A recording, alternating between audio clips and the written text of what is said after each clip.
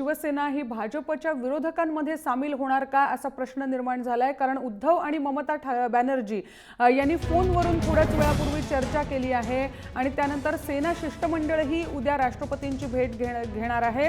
त्यातच संजय राऊत यांनी जे आता वक्तव्य केलंय की सेनेला स्वस्थ बसता येणार नाही हे सुद्धा सूचक वक्तव्य मानलं जात आहे आणि उद्धव ठाकरे यांची शिवसेनेच्या ज्येष्ठ नेत्यांबरोबर बैठकही सुरू आहे। मुद्दा हा नोटाबंदीचाच आहे। नोटाबंदीमुळे सर्वसामान्यांचे हाल होत असल्याची टीका उद्धव ठाकरे यांनी वारंवार मागचे 2-3 दिवस सामनामधनं केलेली आपल्याला माहिती आहे आणि त्यानंतर आता केंद्र पातळीवर या विरोधात शिवसेना आवाज उठवणार आहे आणि त्यामुळे भाजपचे जे काही विरोधी गट आहे ममता बॅनर्जी या गटाचं तुर्तास नेतृत्व करताना दिसत आहेत। भाजपच्या विरोधातल्या पक्षांना एकत्र आणण्याचं काम ममता बॅनर्जी केंद्रात करत आहेत।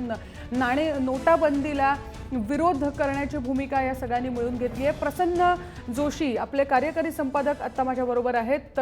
प्रसन्न, एकंदरीत बघितलं तर भाजपने आपली भूमिका आतापर्यंत कधीच लपवली नव्हती। नोटाबंदीला त्यांनी विरोधच होता त्यांचा, कारण सर्वसामान्यांना हाल होत आहेत, सर्वसामान्यांचे असं त्यांचं म्हणणं होतं। पण आता हा विरोध व्यापक होत चाललेला दिसतो आहे आणि शिवसेनेने सुद्धा राष्ट्रपतींपर्यंत जाण्याची भूमिका घेतली आहे।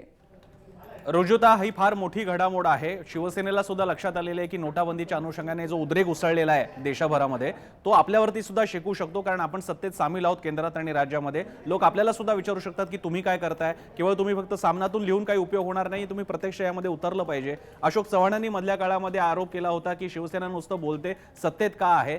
या सगळ्या आपल्या विरुद्धच्या असंतोषाला डायव्हर्ट करण्यासाठी शिवसेनेने ही खेळी खेळलेली आहे। शिवसेनेला भूमिका घेणं भाग होतं, शिवसेनेला भाजपच्या विरोधातल्या खेम्यामध्ये छावणीमध्ये जाणं भाग होतं आणि म्हणूनच उद्धव ठाकरेंनी किंवा शिवसेना नेते आता ही भूमिका घेताना दिसत आहेत। संजय राऊतांनी अतिशय सूचक शब्द वापरले रुजुता की शिवसेनेला स्वस्थ बसता येणार नाही, कारण स्वस्थ जर का बसले तर तुम्ही भाजपला सामील आहात, तुम्ही भाजपची बी टीम आहात असंच लोकांना वाटणार आहे आणि म्हणूनच शिवसेनेने आता स्टँड घेतलेला आहे। याचा अर्थ असा, आणि आपल्याला जे आता नवीन माहिती कळलेली आहे त्यानुसार उद्या शिवसेनेचं शिष्टमंडळ राष्ट्रपतींची भेट घेणार आहे। या सगळ्या जर का कड्यांना जर का जोडलं, या सगळ्या जर का बिंदूंना आपण जोडलं, त्याच्या जोडीला उद्धव ठाकरे आणि ममता बॅनर्जी यांची भेट झाली, फोनवरद्वारे चर्चा झाली, या सगळ्यांमध्ये एक संगती आहे आणि ती संगती हीच आहे की भाजपबद्दलचा असंतोष शिवसेनेवर शेकू नये, शिवसेनेवरती अंगावर येऊ नये आणि भाजपच्या विरोधात आपला आवाज याचं कारण संजय राऊत ज्यांनी मीडियाशी बोलताना जे वक्तव्य केले ते सगळ्यात आधी ऐकूया आणि त्यानंतर पुन्हा चर्चा करूया। देखिए, ये बात सही है कि ममता जी की तरफ से उद्धव ठाकरे जी के साथ बातचीत हो रही है, चल रही है, लेकिन ये कोई सत्ताधारी पार्टी या विरोधी पार्टी का कोई मामला नहीं है। ये देश की जनता का मामला है। जहां भी जाकर जनता की त्रासदी अगर कम हो सकती है, शिवसेना वहां जाने के लिए तैयार है।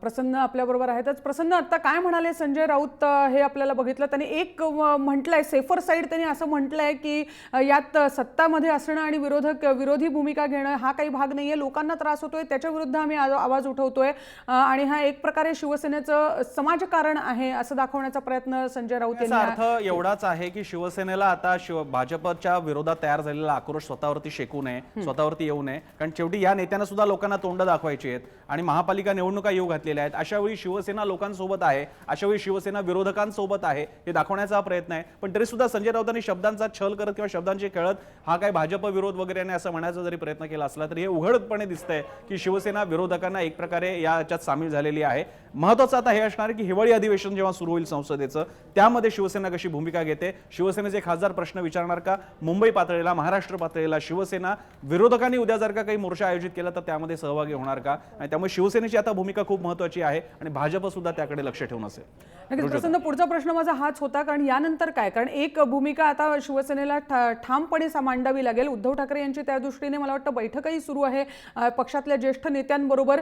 काय अशा वेळी अंदाज आपण वर्तवू शकतो, कारण जर ममता बॅनर्जींना उघड साथ द्यायची झाली तर तो एक मोठा निर्णय नक्कीच असणार आहे उद्धव ठाकरेंसाठी आणि शिवसेनेसाठी सुद्धा। त्या दृष्टीनेच आपल्याला हिवाळी अधिवेशनाकडे सुद्धा बघावं लागेल। शक्य आहे कदाचित उद्धव ठाकरे या निमित्तानं कोणा नेत्यांची भेट सुद्धा घेऊ शकतात। अर्थात उद्धव ठाकरे किंवा शिवसेनेसमोर पेच असा आहे की ते थेट काँग्रेसशी जाऊन बोलू शकत नाहीत किंवा ते थेट राष्ट्रवादीशी येऊन भेटू शकत नाहीत, विशेषतः जेव्हा जर का मोदी आणि शरद पवार यांची भेट होते त्या पार्श्वभूमीवर। अशा वेळी ममता बॅनर्जी असतील किंवा अन्य काही पक्ष नेते आहेत ते एकत्र येऊन बोलू शकतात, एक चॅनल बोलण्याचा चर्चेचा असा कायम राहू शकतो. ममता बॅनर्जी सध्या त्या बाबतीत ऍक्टिव्ह झालेल्या आहेत आणि प्रादेशिक पार्टींना एकत्र घेण्याचा प्रयत्न त्यांनी 2014ला सुद्धा केला होता. शिवसेना सुद्धा प्रादेशिक पार्टी आहेत, त्यामुळे कदाचित असं एक मिक्सचर तयार होऊन भाजप विरोधी स्पेसमध्ये आपलाही आवाज मांडणं, आपली पॉलिटिकल स्पेस तयार करणं आणि त्याचवेळी लोकांना हे दाखवणं की आम्ही तुमच्या सोबत आहोत, आम्ही भाजपच्या निर्णयाला विरोध करतोय, हा दाखवण्याचा प्रयत्न आहे.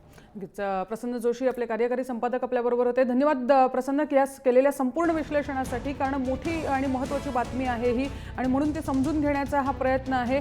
उद्धव ठाकरे यांची आत्ताही ज्येष्ठ नेत्यांबरोबर, पक्षातले शिवसेनेचे खासदार, आमदार या सगळ्यांबरोबर बैठक सुरू आहे आणि नोटाबंदीचा जो उद्रेक लोकांमध्ये पाहायला मिळतो आहे त्याच बाबतीत लोकांची बाजू घेण्याचा जी भूमिका शिवसेनेनं तूर्तास मांडली आहे.